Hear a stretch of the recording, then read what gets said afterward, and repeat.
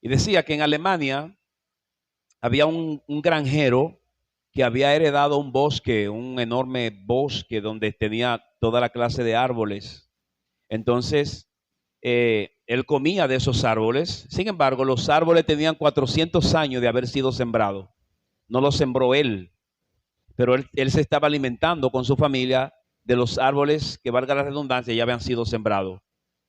Y él sabía que esos árboles él no los sembró y él continuaba sembrando.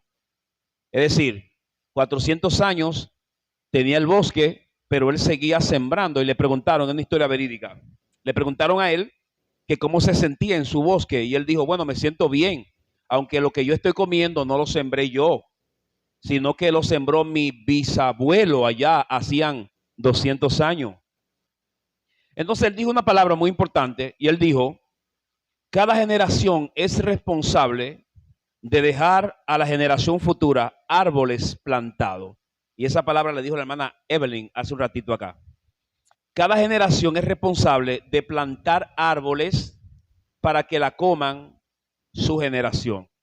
Esa fue la palabra que dijo el hacendado. Dijo, bueno, los árboles que yo estoy comiendo, los frutos, no los sembré yo, los sembró mi bisabuelo.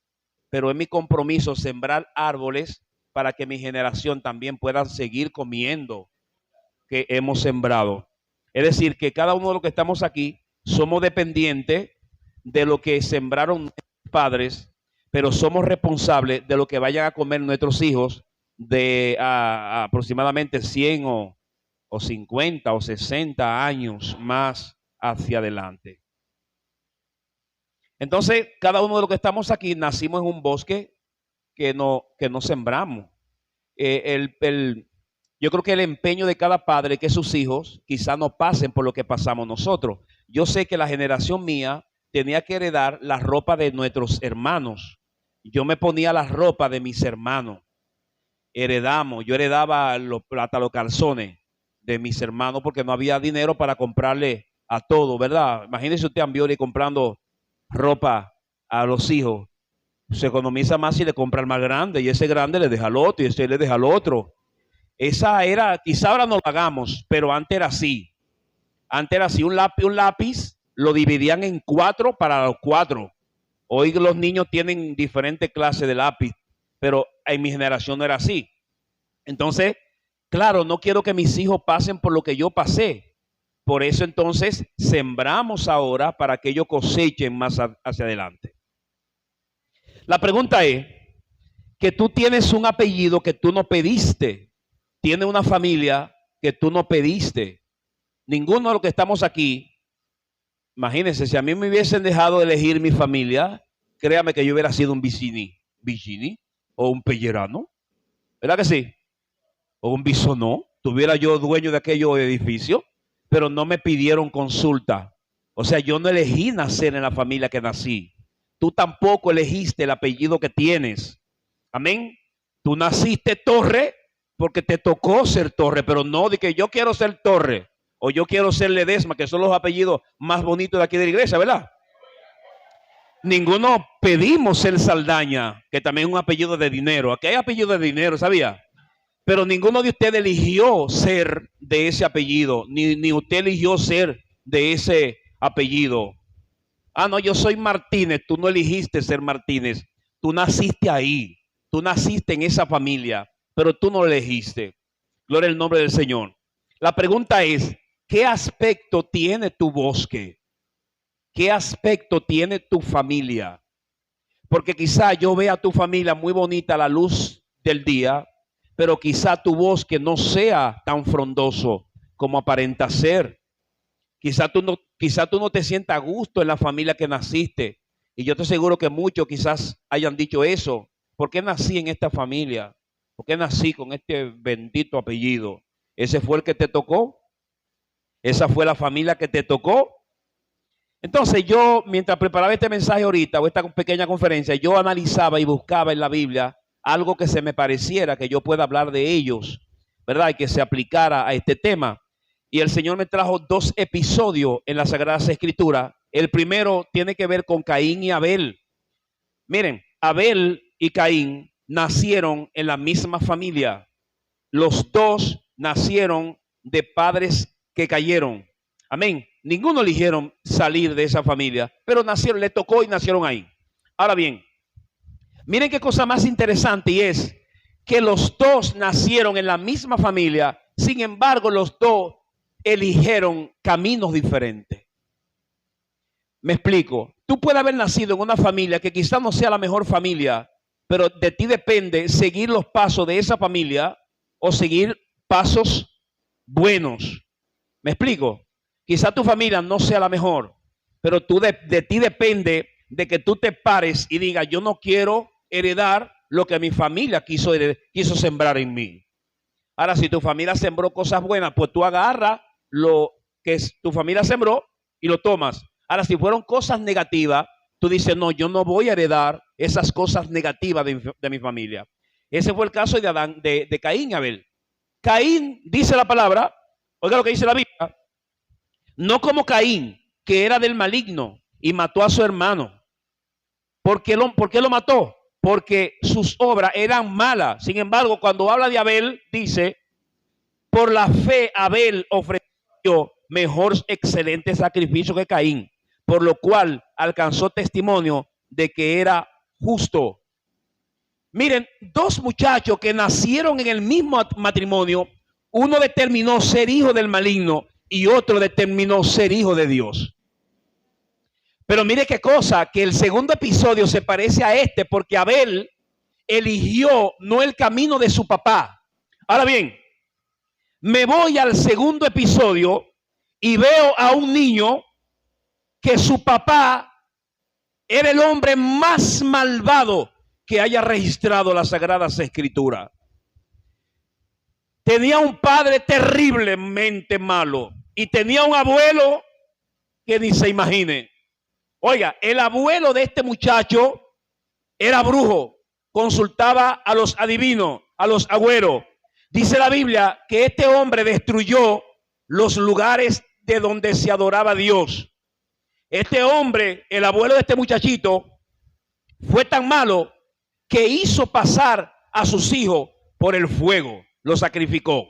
Ahora, cuando vamos al papá, tal vez pudo haber tenido algo bueno el papá. No, el papá era todavía terror. ¿Por qué?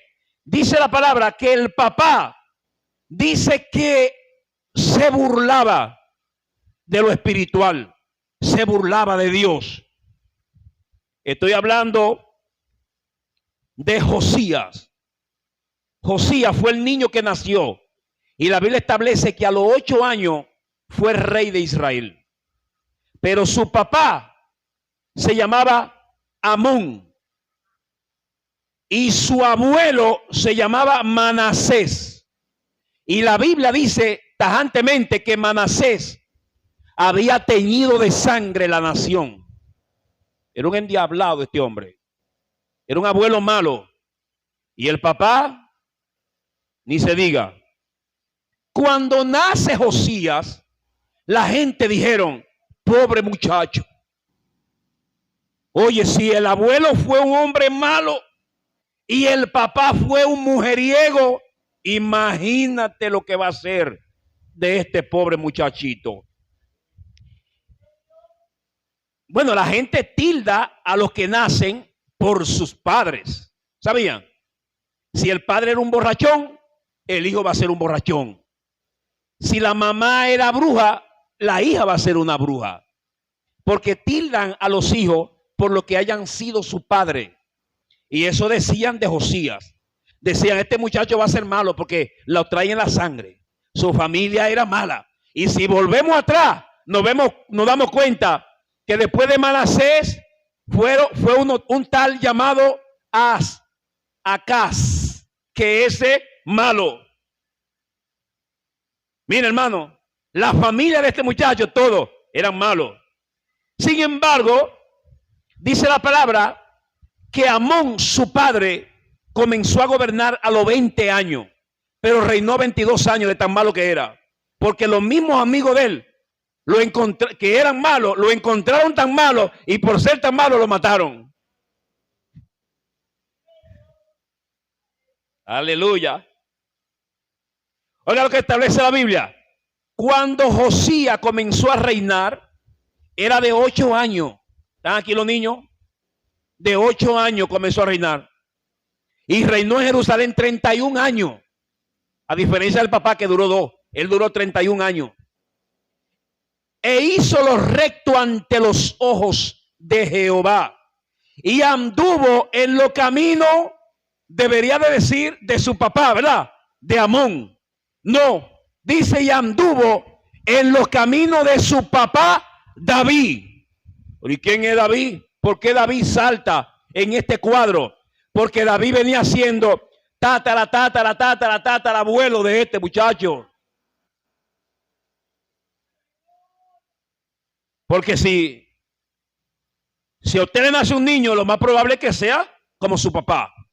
Y si no es como su papá, pues que sea como su abuelo. ¿Sí o no, Evelyn? O como su abuela. Y en su defecto como la bisabuela. Pero ya de ahí para allá no. No puede, porque David aparece aquí.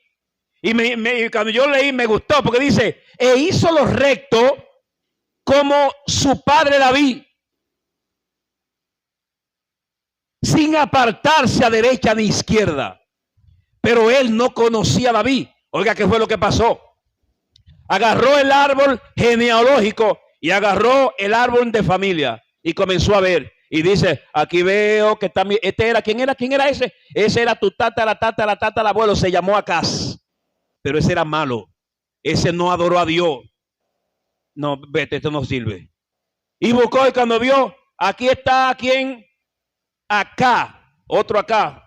Ese dice la Biblia que adoró a Baal y a Sera y mató a los profetas. Tampoco ese me interesa. Él quiere elegir lo bueno. Por eso tú eliges lo que tú quieres elegir. No me venga con el cuento de que no, yo heredé eso de mi mamá. No, tú eliges lo que tú quieras hacer en el futuro.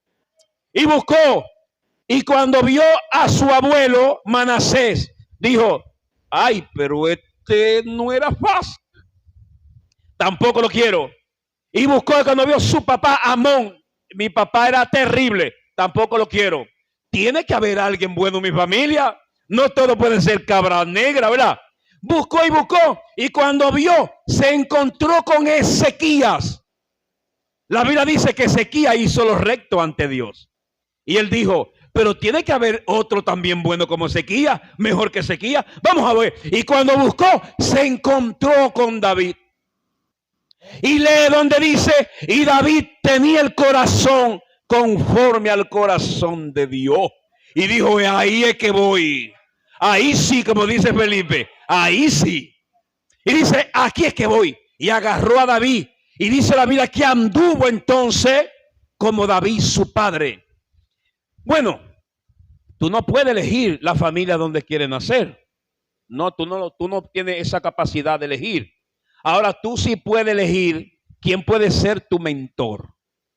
¿Quién puede ser tu mentor?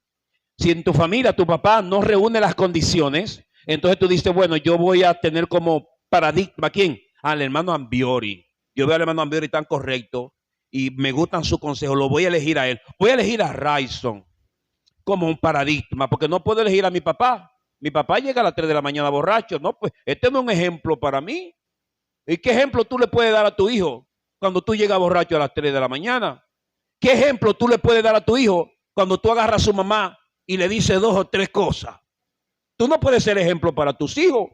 Ahora, el hijo tiene que pararse y mirar y decir, mi papá le da 3 bofetadas a mi mamá, le dice 2 o 3 cosas, yo no voy a ser así como mi papá. No lo puede odiar, pero tú no puedes ser como tu papá. Tampoco puedes ser como tu mamá. Dice, mi mamá no le prepara la comida a mi papá, lo trata como un...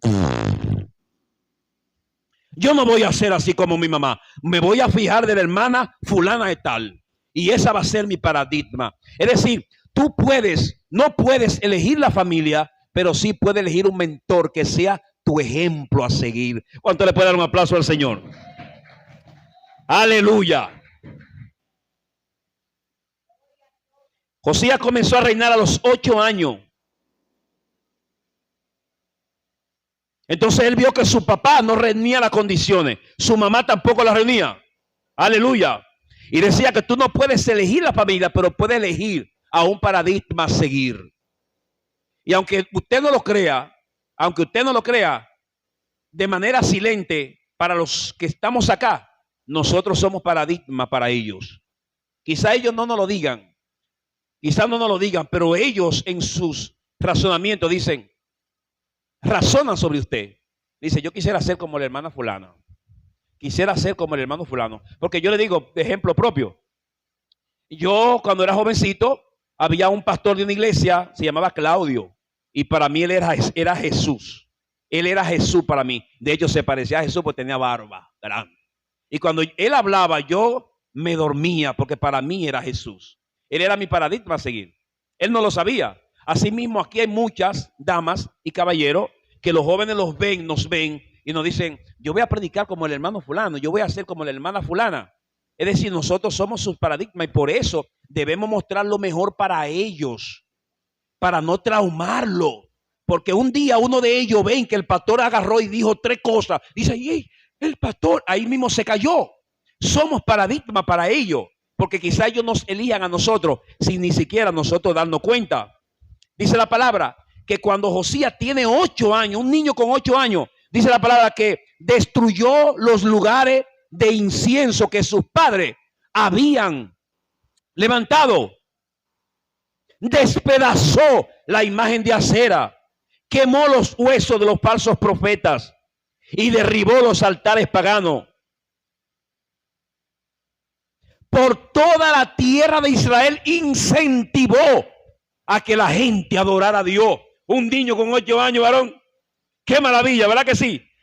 Porque él cuando iba a tomar decisiones decía, ¿qué haría David en un momento como este? ¿Qué haría David?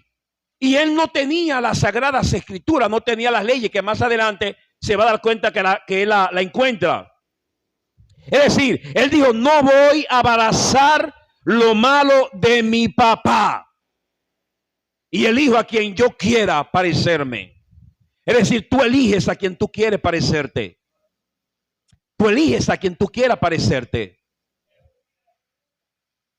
Cuando él tenía que tomar decisiones, él consultaba y decía, ¿qué hará o qué habría hecho el pastor en una condición así? ¿Qué haría el evangelista en una condición así? ¿Qué haría David en una situación de esta naturaleza? Él la analizaba. Aleluya. La Biblia dice que él incentivó a que el pueblo sirviera a Dios. Sin embargo, la Biblia dice en Segunda de Crónicas, capítulo 34, dice la palabra, y Josías quitó todas las abominaciones de toda la tierra e hizo que todo Israel sirvieran a Jehová. Oiga, apunte esa palabra. Hizo que todo Israel sirvieran a Jehová su Dios. Antes de estas palabras, cuando él hablaba de Dios, decía al Dios de David. Y así quitó los lugares altos y derribó las estatuas y el lugar en donde se adoraba al Dios de David. Pero ahora él dice, incentivó al pueblo a que adoraran a Jehová su Dios. Ya él había conocido a Dios. Ya había tenido una relación con Dios. Y por eso es, mis amados hermanos, que claro, hay sus excepciones. Ninguno de la juventud que están en las iglesias tiene una relación con Dios. Tiene una relación con el Padre, con su papá, pero no tienen, salvo excepciones, la hay, claro que sí. Con esto no digo que no la hay. Pero son muy pocos la juventud que tienen una relación con su Dios. Por eso nosotros debemos de obligarlo, debemos de empujarlo, debemos de ayudarlo a que ellos conozcan a Dios. Que ellos conozcan a Dios. Amén, hermano. Que ellos puedan tener su relación ellos con Dios. ¿Por qué? Porque es el trabajo de cada padre incentivarlo. Pero son ellos que tienen que cultivar esa relación con Dios. El papá no tiene que decirle, ven, vamos a orar. Eres tú que tienes que ir a orar. El papá no tiene que decirle, vamos para la iglesia. Eres tú que tienes que hacer esa relación con tu papá. Bendito sea el nombre del Señor. Dice la palabra. Josías mandó a reparar la casa de Jehová. Y oiga lo que sucede aquí, que termino casi con esto. Él mandó a reparar a los 26 años, manda a reparar la casa de Dios que estaba destruida. Y cuando están reparando la casa de Dios, él da el organigrama, dice: páguenle a los trabajadores, paguen a los maestros constructores y vamos a reedificar la casa para que adoremos a Dios. Pero mi pregunta es: ¿quién le enseñó a él a adorar a Dios? Porque él no tenía un patrón a seguir. Ahora él se viera guiado de David, porque es un compromiso, es una responsabilidad. Y dice la palabra que cuando estaban construyendo, reparando la casa de Dios, encontraron un libro lleno de polvo, sucio, y lo agarraron. Y a esa altura, lo que encontraron en el libro, no sabían que esa era la ley de Dios. Oiga cómo estaba el pueblo, hermano, totalmente divorciado de Dios. Que la misma palabra de Dios, ellos la habían olvidado, porque los dos antecesores eran dos endemoniados que habían sacado la palabra de Dios del pueblo. Mira, tú no puedes sacar la palabra de Dios de tu casa. Si tú la sacaste, hay problema. No, tú tienes que exponerla ahí. Escúchenla o no la escuchen. Escúchenla o no la escuchen. Escúchenla o no la escuchen. Tienes que poner la palabra de Dios ahí. Ah, no, que eres inconverso y voy a poner un reggaetón ahí. No, te equivocaste. No, ahí no. Ahí no. Y no quiero entrar en ese tema porque no quiero levantar paredes. No quiero levantar paredes. Porque créame que es un poquito engorroso. Es un poquito engorroso. Cuando tú tienes que... Porque a veces te invaden. Y cuando ven a ver, ya la cerveza está puesta ahí. Y el reggaetón está ahí. Y entonces es un lío porque quien puso la cervecita o el amigo, tú la quieres o lo quieres. Es un problema, ¿verdad que sí? Ahora, mientras dependa de ti, tú tienes que tener la palabra ahí. Quieran escucharlo o no quieran. Vamos para la iglesia. Vamos para la iglesia. Ah, yo no voy para la iglesia. Vamos para la iglesia. Vamos a adorar a Dios. Vamos a adorar a Dios. Ahora, después que yo esté grande, que tenga que tener la relación como Caín o Abel, usted determina si quiere seguir el camino de Caín o si quiere seguir el camino de Abel. Y él dice en la Biblia que cuando vieron el libro, dijeron: ¿y qué es esto? Y se lo llevaron al rey. Y cuando se lo llevan al rey, el rey lo ve y dice: ¿qué es eso? No sabemos, no sabían. Y dijeron: llévenselo a una mujer, no tengo el nombre. Y se lo llevaron a una mujer que sabía, que era vieja, una señora que sabía del pueblo. Y se lo llevaron. Y cuando ella lo vio, dice la Biblia que ella rasgó su vestidura. Y dijo: ese es el libro de la ley. Esa es la palabra de Dios. Y cuando Josías tuvo la palabra de Dios, dijo: ahora tú, el que está aquí, se va a regir por este libro. No, que tú, el que está aquí, es por este. Antes se regían por mi palabra, ahora es con esta negra. Es con esta negra. No, que yo soy el macho de la... No, es por esa negra. Es por esta negra que nos vamos a regir. Y así dijo un rey: ahora nos regimos por esta. Mira, hermano, y el pueblo a una se puso a seguir las palabras de Dios. Y voy a terminar con 3 principios.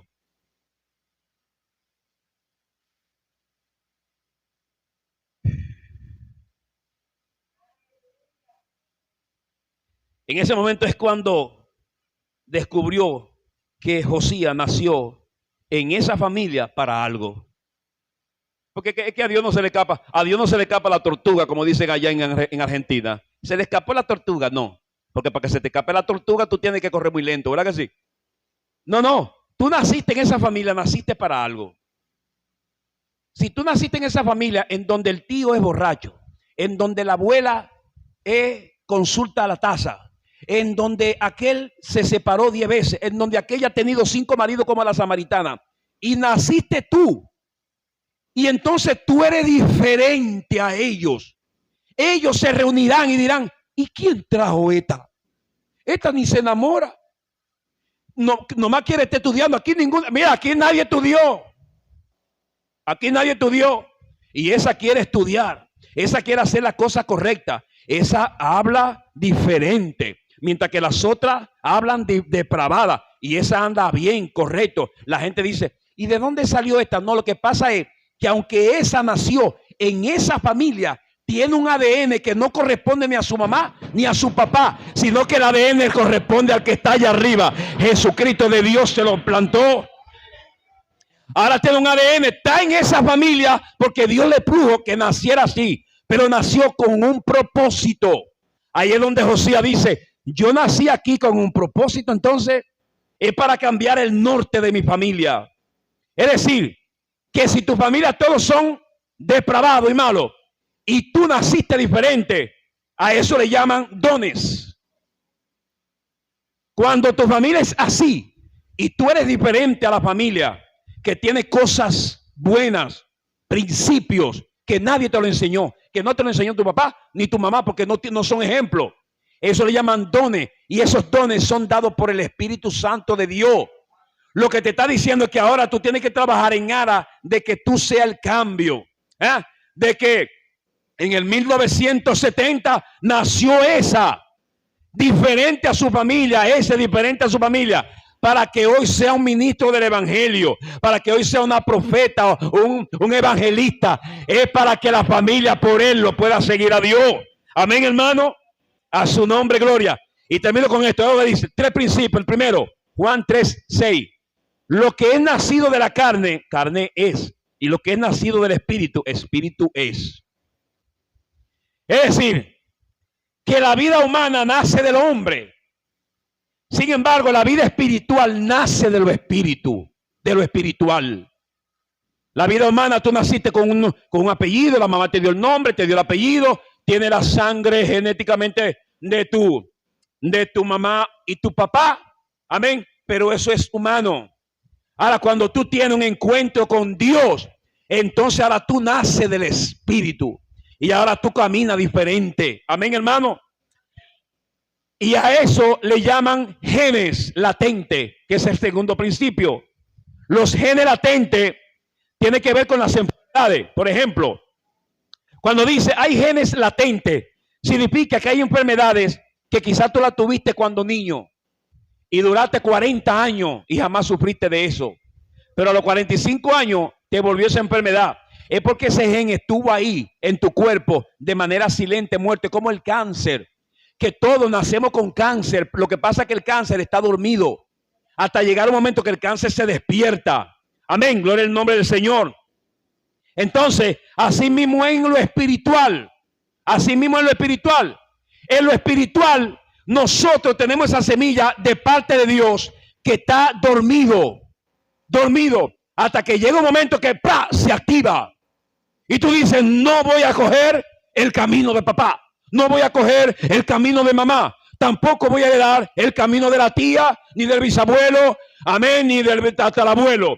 Voy ahora a despertar ese gen latente que estaba dormido, que se llama el gen del espíritu, que me hace nueva criatura. Y ahora voy a obrar como obra mi papá Jesucristo, como obra Dios. Y voy a hacer las cosas de Dios y voy a hacer las cosas del espíritu. ¿Cuánto alaban el nombre del Señor?